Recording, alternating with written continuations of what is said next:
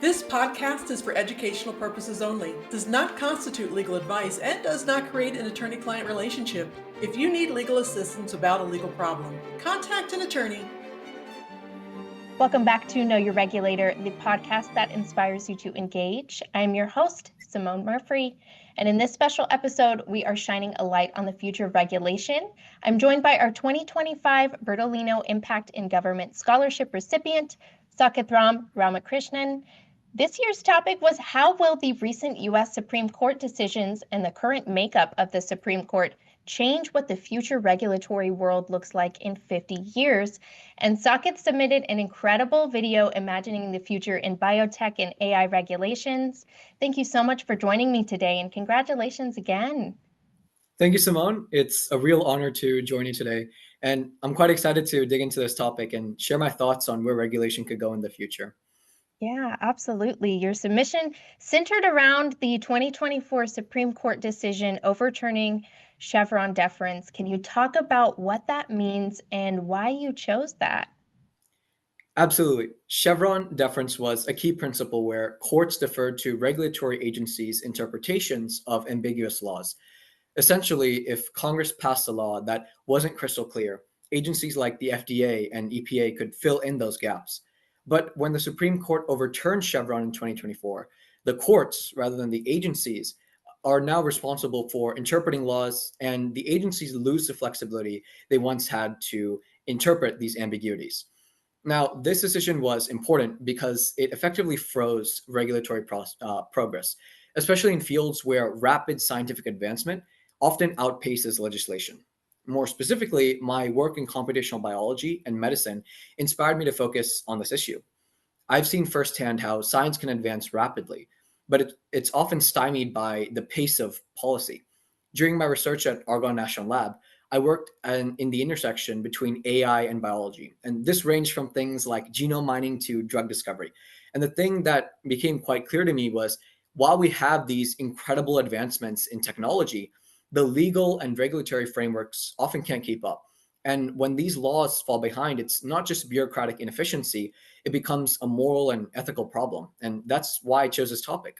I genuinely think it will have profound effects on everything from gene editing to climate policy.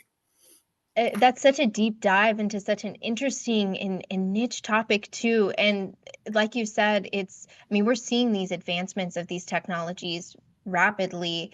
And will we see, the law and these lawmakers catch up? And will they be able to keep up with it? Not even catch up. I really liked in your submission that you talked about, where do we draw the line? You were looking ahead at the year 2075 with the trait selection clinics. Can you summarize that scenario for us?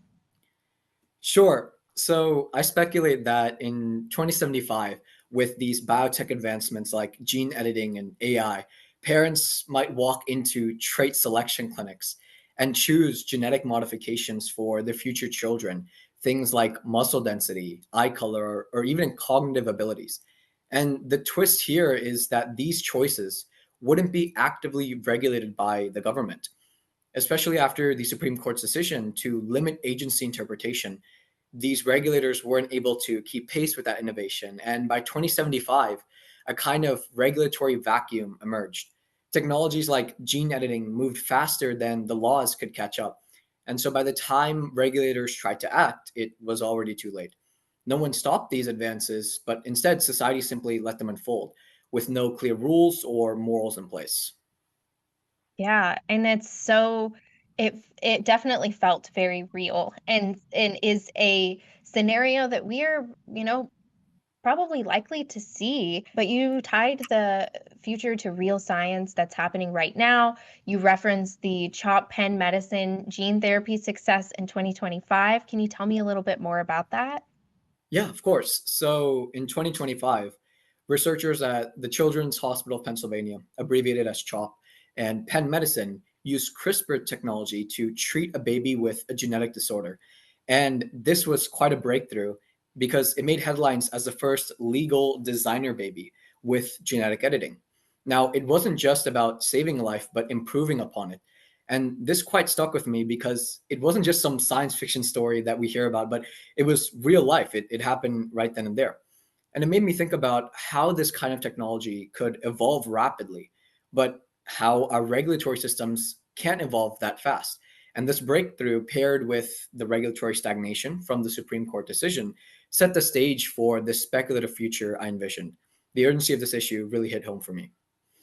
Yeah, no, I think it's, something where we might get really excited about it and all the possibilities of technology, but we have to think about what are the boundaries and what's the framework and what is the, ethical way to consider doing some of these things. You did a really great job of blending all of that together, with law and ethics and science. It sounds like you've got a really bright future ahead of you. You said this is your first year heading into college. What are you studying and what interests you academically? Yeah, so you're absolutely right. It is my first year going into college, and I'm entering the guaranteed admission BSMD program at Virginia Commonwealth University, and I'll be majoring in bioinformatics. So my focus is on combining computer science and molecular biology to study gene expression and disease modeling. I'm also quite passionate about pursuing an MD PhD or an MD JD or maybe even all three degrees. And the idea is to bridge that gap between medicine and law and shape policies in ways that benefit both patients and the healthcare system.